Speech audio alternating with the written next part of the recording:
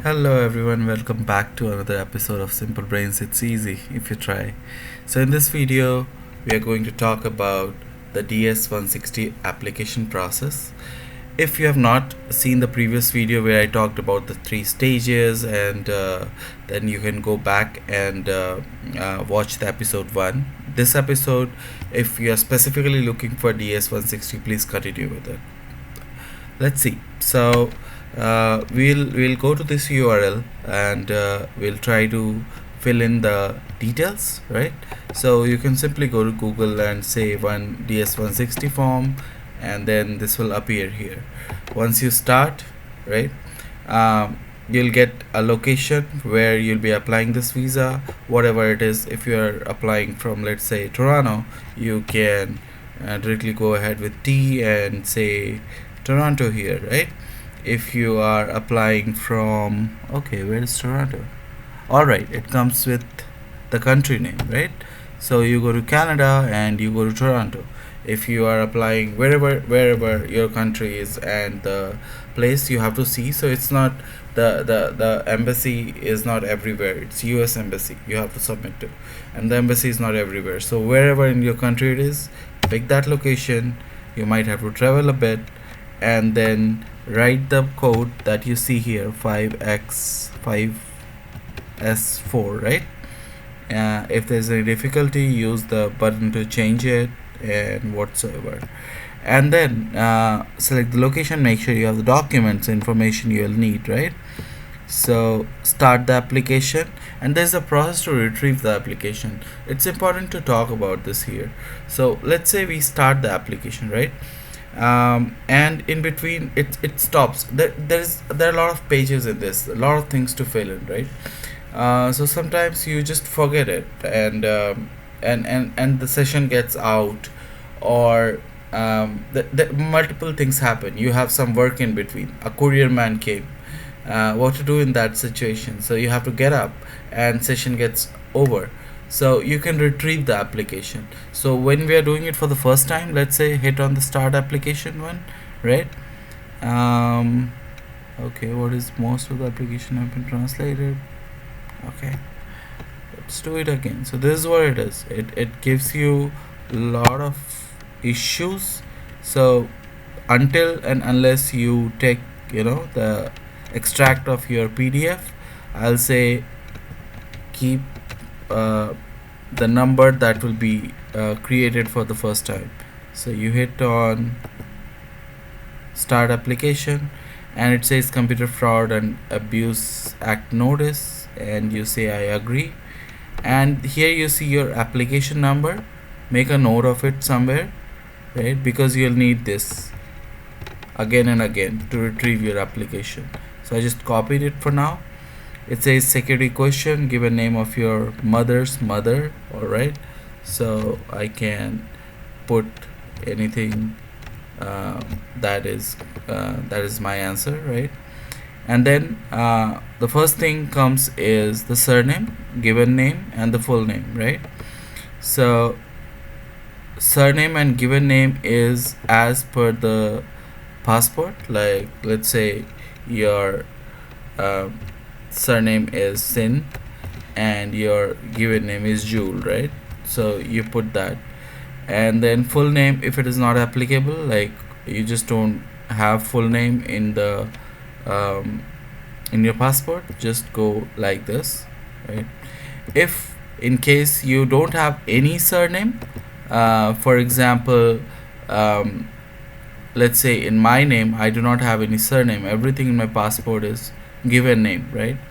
In that case, they say you write FNU right here, and you put everything in the surname, whatever your name is in the given name in the passport, put it in the surname. But when I did that and I went to the application like interview center on the date of interview, right, they told me no, you can't do that, there's no FNU now. And then whatever, like let's say in your given name you have split in the name, you can put the same as surname and given name. So first is your last name becomes your surname, and your given name becomes your first name in that case.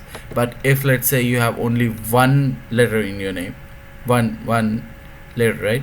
So then you go to surname and FNU, and that should be accepted probably. But while filling the form, I'll say FNU. I'll let them do the job, like how it was in my case, right? Next is, have you ever used other names? In my case, it's no. If it's in your case, yes, go with that option. Do you have a telecode that represents your name? No. In my case, it's no. So there are certain times when you have a telecode. So sometimes you say, okay, some companies have it, some people have it. You say, okay, let's say 4-digit number, and you assign it to you. That's a separate process. You can Google that or YouTube that. Sex, I'll say, let's say male. Marital status, whatever it is in your case. In my case, it's single. And then date and place of birth.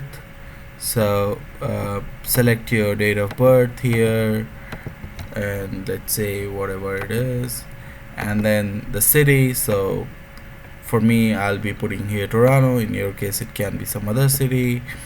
And then next to personal too. Let's say what are the questions here. So you always have this access to application ID, so that you store it. Don't forget this, because this process can come out anytime, really, like, trust me in this. It's like your internet is down, it's coming out, you have to log in again. Country, right? So I'll say Canada here for me. Do you hold or have you held any nationality other than one indicated above? No. Or in the case it is yes, probably you can select that, right? So whatever the case is. Are you a permanent resident? I'll say okay. So it can be whatever your country is. You are a permanent resident of a country other than your country. You can say no or yes according to the situation.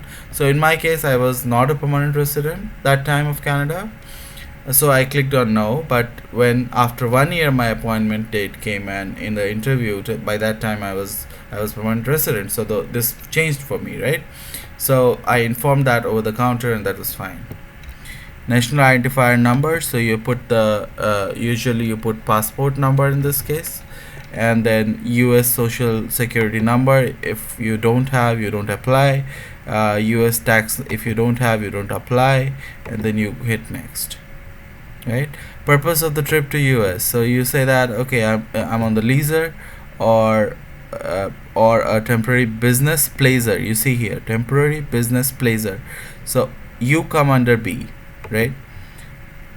And under B, we talked about the three options that we talked about in the last video, episode 1. If you didn't see that, you can see that to understand the process and what you should pick up. So let's say B1, B2. Have you made specific travel plans? If you have something specific, that's already done, but usually it's after 1 year that you get the appointment, or you're getting appointment these days, which government is trying or saying all the time that they'll reduce, but we don't know when. But for now, let's say no, right? Because yeah, I don't have at that point. So intended date, they still ask intended date, so you can say okay, after 5 months I'm gonna go, right? Let's say to 2025, maybe next year I'll go there. And intended length of the stay, let's say I'll be staying for 15 days, right?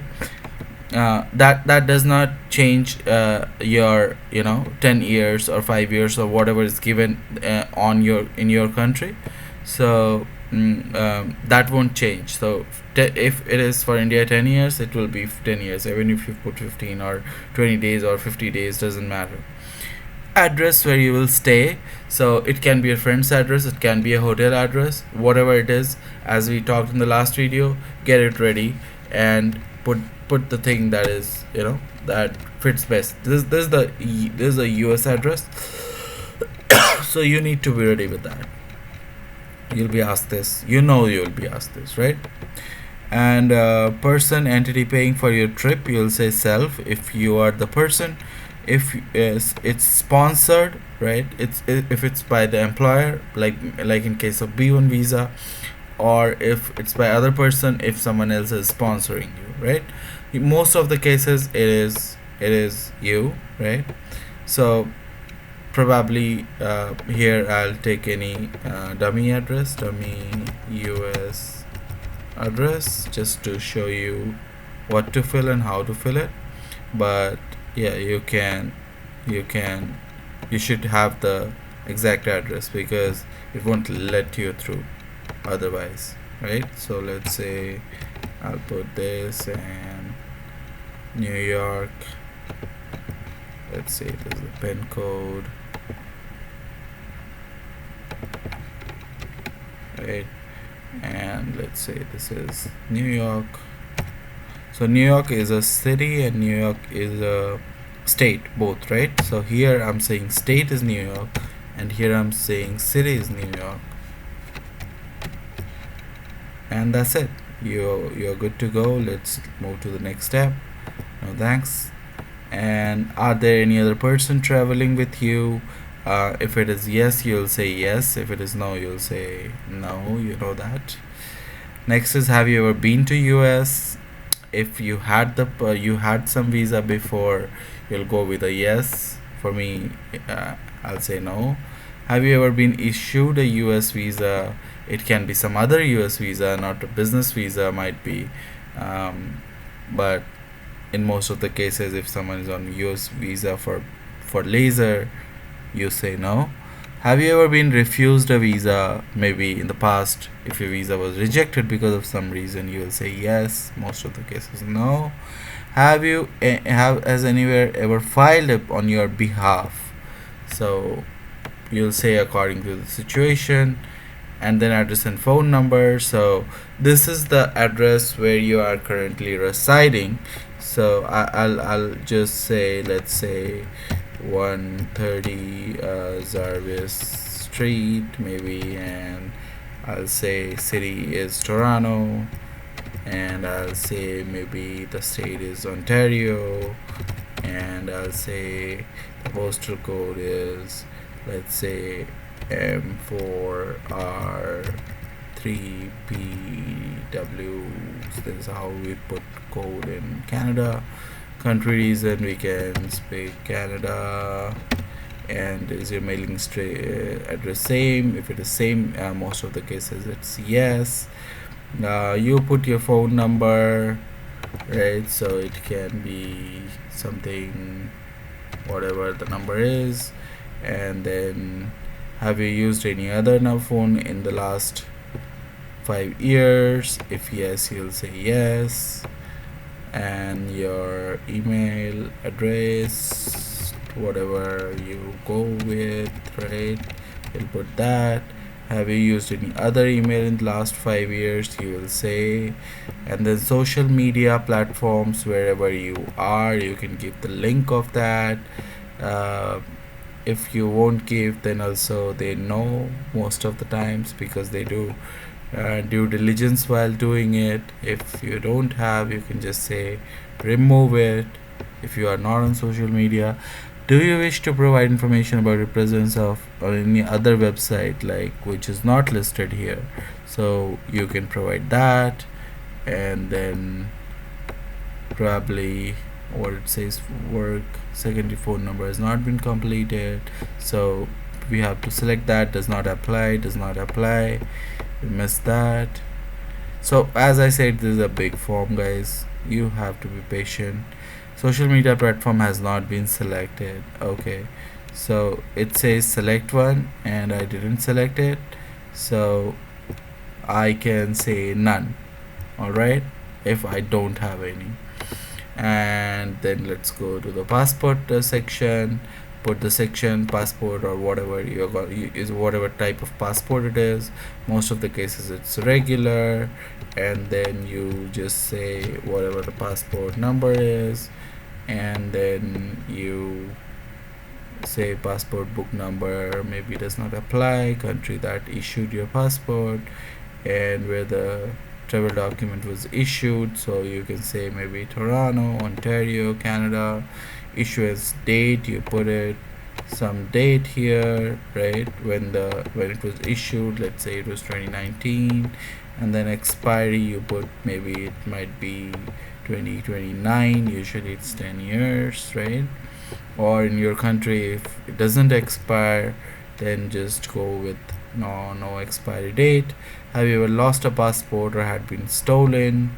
You select the appropriate answer, you go to the next one, and then okay, see, you specified you're from India, but you're saying that you're in Canada.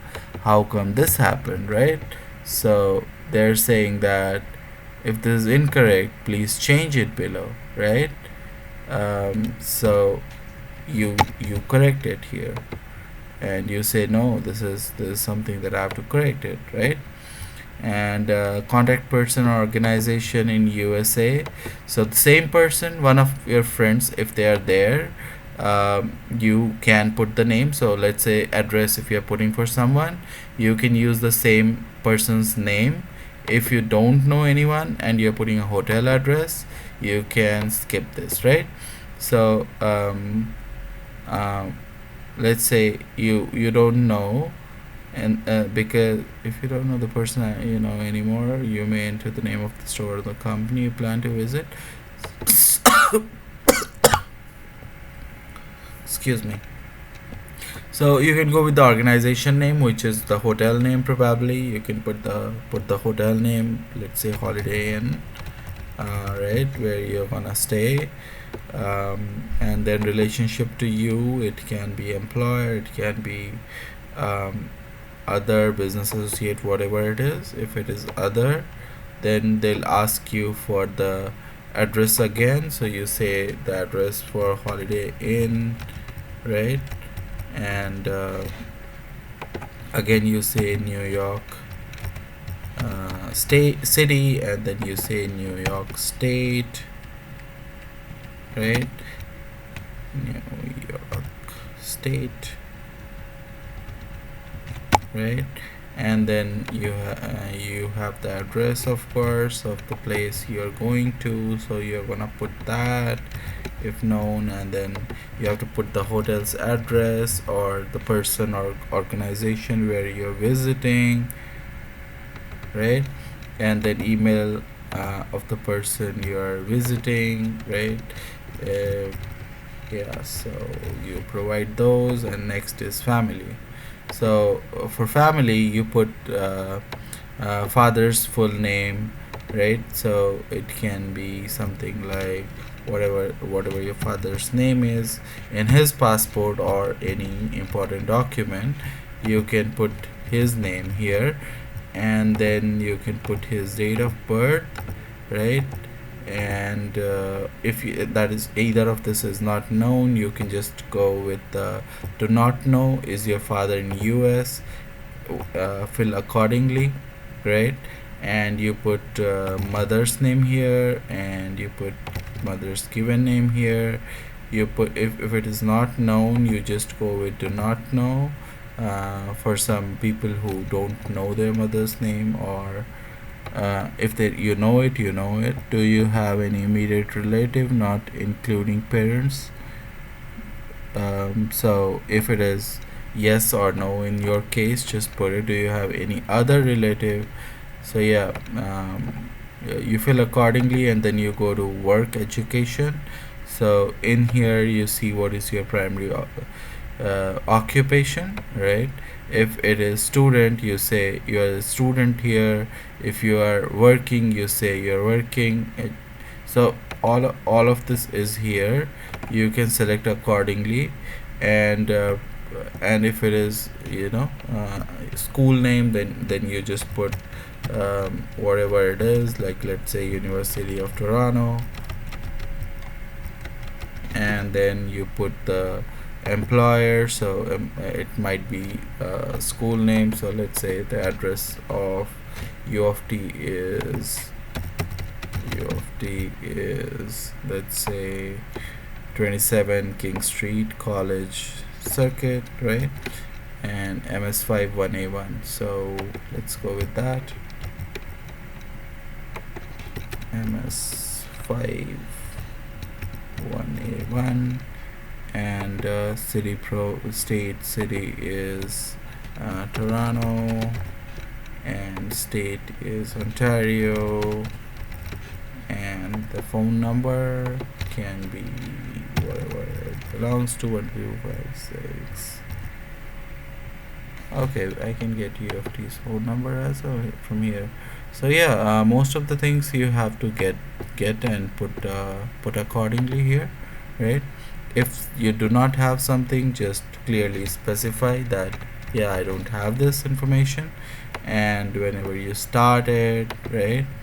So basically they also want to know your monthly income in local currency, because they might want to see where you are, so that you can um, support yourself when you are there. So they want to know how you're going to support yourself. This is very important step, because they you might have to show your account details sometimes, that yes, I'm going there and I won't need any sponsor if I'm doing it myself. So as a student, I go to um, university to study business, or whatever the case in your you elaborate that what you are studying exactly, and day-to-day life how it looks like, so you can explain all of those here, right? And then previous work, so you were previously employed. If you were yes, then they'll ask you about the employer name, employer address, and everything, so your supervisor's name. And so probably get ready with all this information. Have you attended any education institution? So if yes, you say yes. If no, you say no. So let's see what comes up when you have yes as an option. So you have name of the institution, you have and all the other details that you filled last time, so you go with those.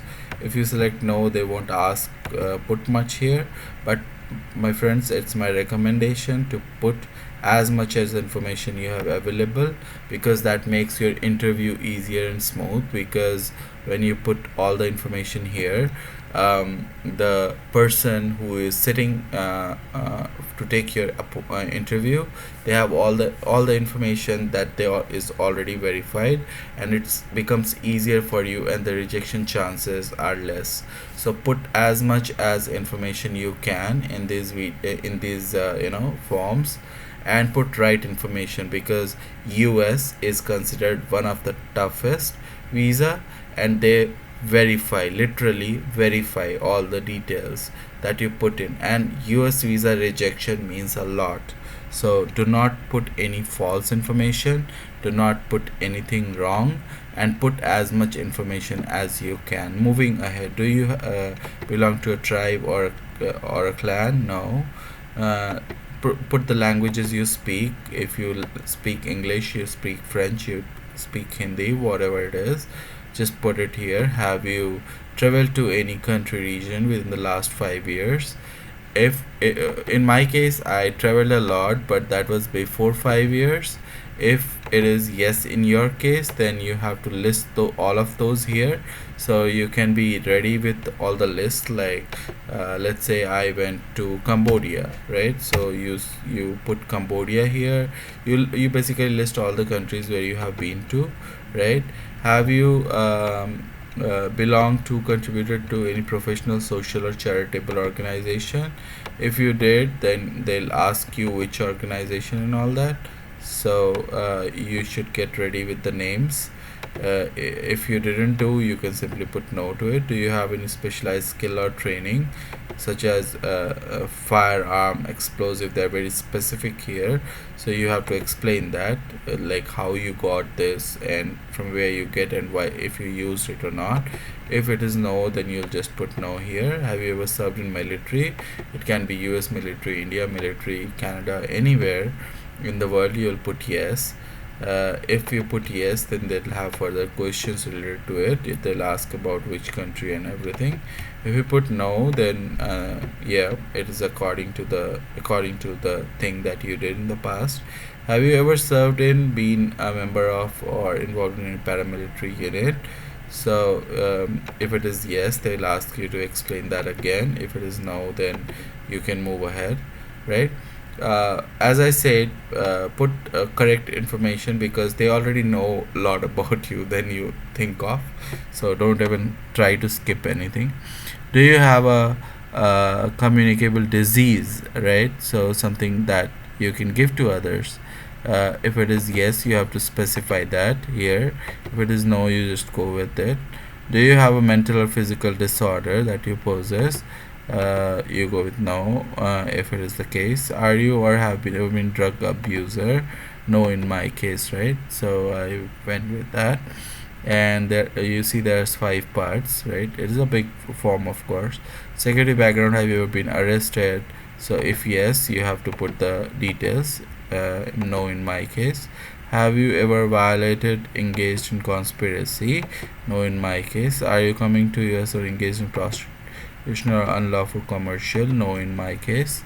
Have you ever been involved or engaged in money laundering? No, in my case. Have you ever conspired, committed trafficking? No, in my case. Have you ever known, addicted, abused? No, in my case. Have you spouse, son, or daughter? No, in my case, right? So you go to the part 3 of it then after that. And voila, you have the session timed out, right? So this is the thing I was talking about. Even if you go fast, you cannot fill it in, right? So you go, you retrieve the name, and then you again have to select where you are applying from,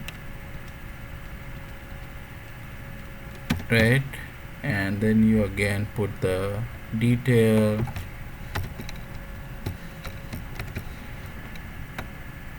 right? And then you click on retrieve application.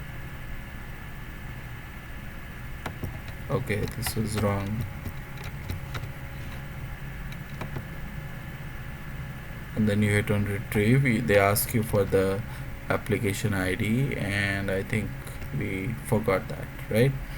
So I copied something else and I didn't keep a track of it.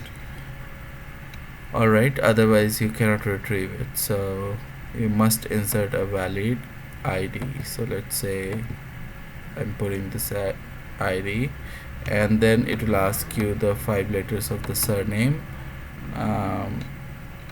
and what is the given name of your mother's mother, right? So you need to remember all of these information in order to go back and complete the application process.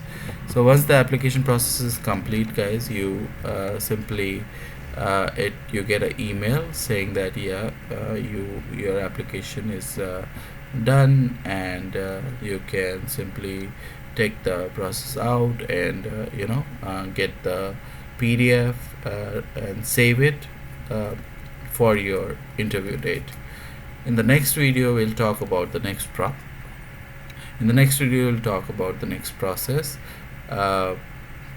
But yeah, keep this in mind that you have to retrieve your application so many times during the flow, and in the end you have to save the PDF. So that's it for this video. I hope this was helpful to you, and if you liked it, please subscribe us, and we'll feed you with new immigration knowledge. Yeah, thank you.